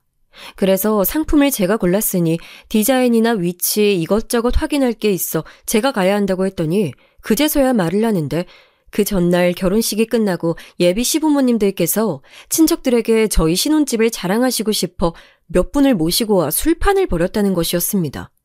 그래서 일요일 오전인 지금까지도 아직 친척분들이 신혼집에 계시다고요. 저는 목구멍까지 올라오는 말들이 많았지만 꾹 삼켰습니다. 어쩌겠습니까? 선배의 잘못도 아니었고 제 시부모님 되실 분들이 일반적이지 않다는 것은 저도 이미 알고 있었으니 말입니다. 저는 알겠다고 그럼 선배가 신혼집에 가 있으라고 했습니다. 저는 부모님이 내려가시고 가보겠다고 했어요. 제가 신혼집에 가지 못할 이유는 없었지만 지금 이런 기분을 하고 예비 시부모님까지도 모자라 난생 처음 보는 친척분들 앞에서까지 아무렇지 않은 척 웃을 수는 없을 것 같았거든요. 저는 제가 아무리 이해할 수 없는 분들이라도 지방에서 장사를 하시는 시부모님이 서울에 올라오셔봐야 몇 번이나 올라오실까, 그리고 제가 그 집에 가봐야 몇 번이나 갈까 하는 마음과 무엇보다 제 남편, 제 첫사랑 선배가 제 곁에서 지금처럼만 있어준다면 남들이 다 힘들다고 하는 결혼 생활도 잘 견디고 살아갈 수 있을 거라 생각했습니다. 그래서 결혼식 날 저는 누구보다도 행복한 신부였죠. 부모님을 보며 우는 신부들을 많이 봐왔지만 제 얼굴에는 결혼식이 끝날 때까지 웃음이 끊이질 않았어요. 어머니와 아버지가 서운하다 하실 정도로요. 그렇게 제가 꿈꿔왔던 신혼생활이 시작됐습니다. 친구들도 모두 다 저를 부러워했어요. 자상하고 잘생긴 첫사랑과 결혼에 성공한 것도 모자라 결혼과 동시에 집까지 장만하고 시댁은 멀리 떨어져 있으니 아둥바둥할 것 없이 둘만 행복하게 살면 그만이라면서요. 저는 둘 사이에 예쁜 아이만 하나 생기면 더할 것 없을 것이라 생각했습니다. 아주 오래전부터 꿈꿨던 일이니까요. 사랑하는 사람과 제 모습을 절반씩 닮아 사랑스런 그 아이를 위해 저희 부모님이 그러하셨던 것처럼 부족한 것 없이 최선을 다할 준비가 되어 있었습니다. 그런데 예상치 못한 사건이 또 기다리고 있었어요. 주말을 앞두고 남편과 와인 한잔하며 느긋한 시간을 보내고 있었는데 전화벨이 울렸습니다. 전화를 받은 남편의 얼굴이 하얗게 창백해지는 모습에 저도 놀라 무슨 일이냐 물었죠. 부모님께서 지금 서울이시래. 다급하게 나가려 겉옷을 챙겨 입는 남편에게 이 밤중에 서울엔 무슨 일로 오셨냐 물었더니 남편은 아무래도 심상치 않다며 우선 집으로 모셔와야겠다고 하더군요.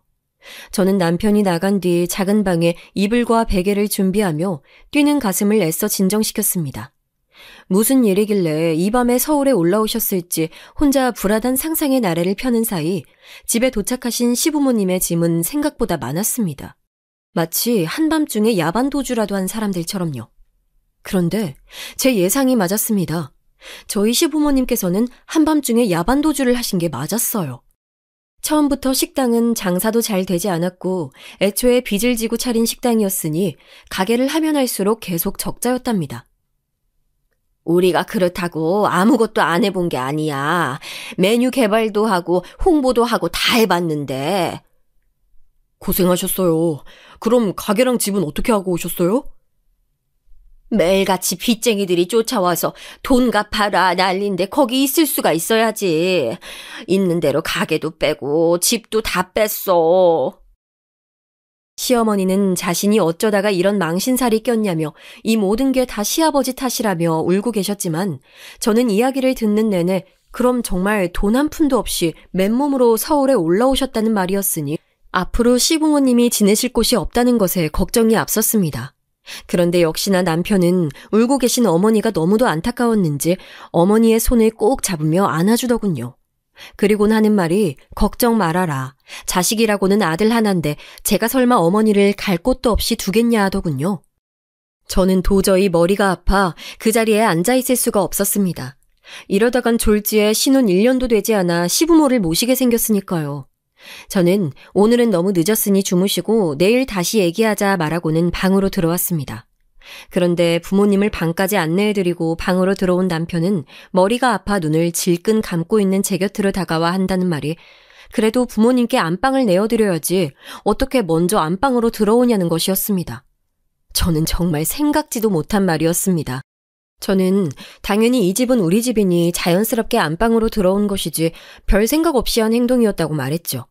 그런데 남편은 굳이 이런 상황에서 하지 않아도 될 말을 하더군요. 전부터 말하고 싶었는데 자기 부모님께서 자기를 너무 오냐오냐 키우신 것 같아. 그래서 그런지 어른들 대하는데 좀 부족한 부분이 있어. 저는 순간 지끈거렸던 머리 위에 팔팔 끓는 주전자라도 있는 것처럼 머리가 터져버릴 것 같았습니다. 남편이야말로 아직도 저를 대학 때 후배 대하듯 하고 있는 것 같았어요. 당신이야말로 지금 그런 말이 나와? 어머님, 아버님은 어떻게 저렇게 무모하셔? 갑자기 저렇게 다 정리하시고 올라오시면 어쩌자는 건데? 참아보려 했던 감정이 결국 터져버리고 말았습니다. 혹여나 작은 방까지 들릴까 저는 숨죽여 말했지만 제 말에 남편의 얼굴은 이미 일그러져 있더군요. 분이 풀리지 않아 씩씩거리고 있는 제게 남편은 당연히 부모님의 상황이 나아질 때까지 같이 지내야 하는 게 당연한 거 아니냐고 하더군요. 저는 그게 어떻게 당연하냐 따져 물었지만 저희 부모님에게 같은 일이 일어나도 자기는 똑같이 할 거라고 하더군요. 저는 기가 찼습니다. 저희 부모님께는 그런 일이 일어나지도 않을 뿐더러 엄연히 이 집은 저희 부모님이 사주신 집이었으니까요. 저는 말이 통하지 않는다고 소리를 냅다 질러버리고 돌아누웠습니다. 그리고 출근을 하는 대로 대출을 알아보든 어디서 돈을 빌려오든 해서 알아서 시부모님이 지내실 만한 곳을 알아보라고 했죠. 남편은 대답도 하지 않은 채 돌아눕더군요. 뒤돌아 누운 남편의 뒤통수를 바라보자 저는 눈물이 왈칵 차올랐습니다. 제가 바란 결혼 생활은 이런 게 아니었으니까요. 그렇게 다음날 아침부터 본격적인 시부모님과의 합가 생활이 시작됐습니다. 정말 그 방법밖에 없었냐고요? 저도 정말이지 이 말도 안 되는 상황에 미쳐버릴 노릇이었습니다. 그 전날 눈물을 펑펑 쏟으시던 시어머니는 어디 가셨는지 다음 날부터 곧바로 적반하장으로 나오셨습니다. 아유, 방이 좁아서 그런가 잠을 잔 것 같지도 않네. 잠자리가 불편하셨어요? 잠자리만 불편했겠니? 네가 우리 아들 쥐잡는 소리에 내가 서러워서 한숨도 못 잤지.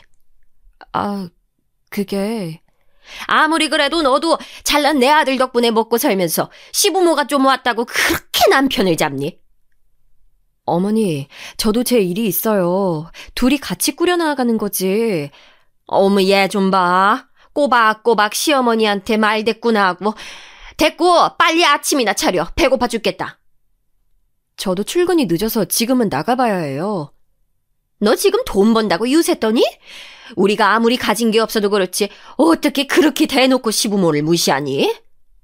어머니, 그런 게 아니에요. 제가 정말 늦어서. 됐다. 돈 좀 있다고 부모가 얼마나 없는 사람들 멸시하는 걸 보면서 컸으면 이래서 가정교육이 중요하다니까. 어머니의 말에는 제가 끼어들 틈이 없었습니다. 그러고는 자신들도 서울에서 먹고 살 방법을 찾을 때까지만 이 집에서 신세를 지는 것이고 생활비도 꼬박꼬박 줄 테니 걱정하지 말라면서요. 저는 도저히 할 말이 없어 어머님 편하신 대로 하시라고 얘기하고는 집을 나왔습니다. 저를 따라 나오는 남편의 얼굴을 보고 싶지 않아 그대로 택시를 타고 곧바로 친정으로 가버렸습니다. 부모님께 어젯밤에 있었던 일부터 결혼 전 친척들까지 끌고 와 저희도 없는 신혼집에서 술판을 벌인 일까지 몽땅 다 얘기를 해버렸죠. 저희 부모님은 애초에 상식이 없는 사람들인 건 알고 있었지만 무슨 그런 사람들이 있냐며 화를 내셨습니다. 그 와중에도 저는 제 남편까지 부모님에게 미움받는 것은 원치 않아 남편에 대해서는 쏙 빼고 얘기를 했죠. 그래도 저는 속에 있던 말을 조금이나마 하고 나니 속이 시원해지는 것도 같았습니다. 그런데 그때 오랜만에 먹은 집밥이 뭐가 이상했는지 속이 좋지 않더군요. 저는 그대로 화장실로 직행했고 먹은 것을 모두 다 토해냈습니다. 지금껏 체해본 적 없는 제가 이런 모습을 보이니 어머니도 심상치 않음을 느끼셨죠. 너 설마... 저는 그대로 어머니의 손에 이끌려 산부인과에 갔습니다. 그리고 타이밍도 우습게 하필 이럴 때 임신 사실을 알아버리고 말았죠. 어머니는 이 일을 어떡하냐며 안타까워하셨지만 저는 어쩌면 운명일지도 모르겠다고 생각했어요. 제가 그토록 사랑했던 남편을 미워하게 될까봐 하늘에서 제가 그토록 원했던 아이를 주신 거라고요. 어머니는 제 말에 답답해 하셨지만 저는 그렇게 이제 막 사주가 된 뱃속의 아이의 초음파 사진을 들고 다시 집으로 향했습니다. 그리고 제 아이와 남편, 세 사람의 행복을 위해 전보다 더 열심히 살았죠. 임신한 몸을 하고 새벽에 일어나 시부모님 식사를 차려드리고 출근을 했고 회사 일에도 충실했습니다. 그리고 최대한 시부모님의 신경을 건드리지 않기 위해 노력했습니다. 괜한 문제가 생겨서 시부모님과 사이가 틀어지면 그게 다 제 스트레스로 아이에게 좋지 않은 영향을 미칠 게 뻔하니까요. 제가 잘하면 잘할수록 시어머니의 만행은 날로 심해지는 것 같았지만 버텨야 했습니다. 그리고 혹시나 친정에 얘기하면 이혼 얘기를 하실까봐 일체 말하지 않았습니다. 제 뱃속엔 가장 소중한 아이가 있었으니까요. 그렇게 10개월을 버텼고 저는 새벽에 진통을 느끼고 병원에 갔습니다. 행복이라 생각했던 출산은 생각보다 버거웠습니다. 10시간을 넘게 진통했지만 도무지 아이가 내려오지 않아 결국 수술을 하게 됐죠.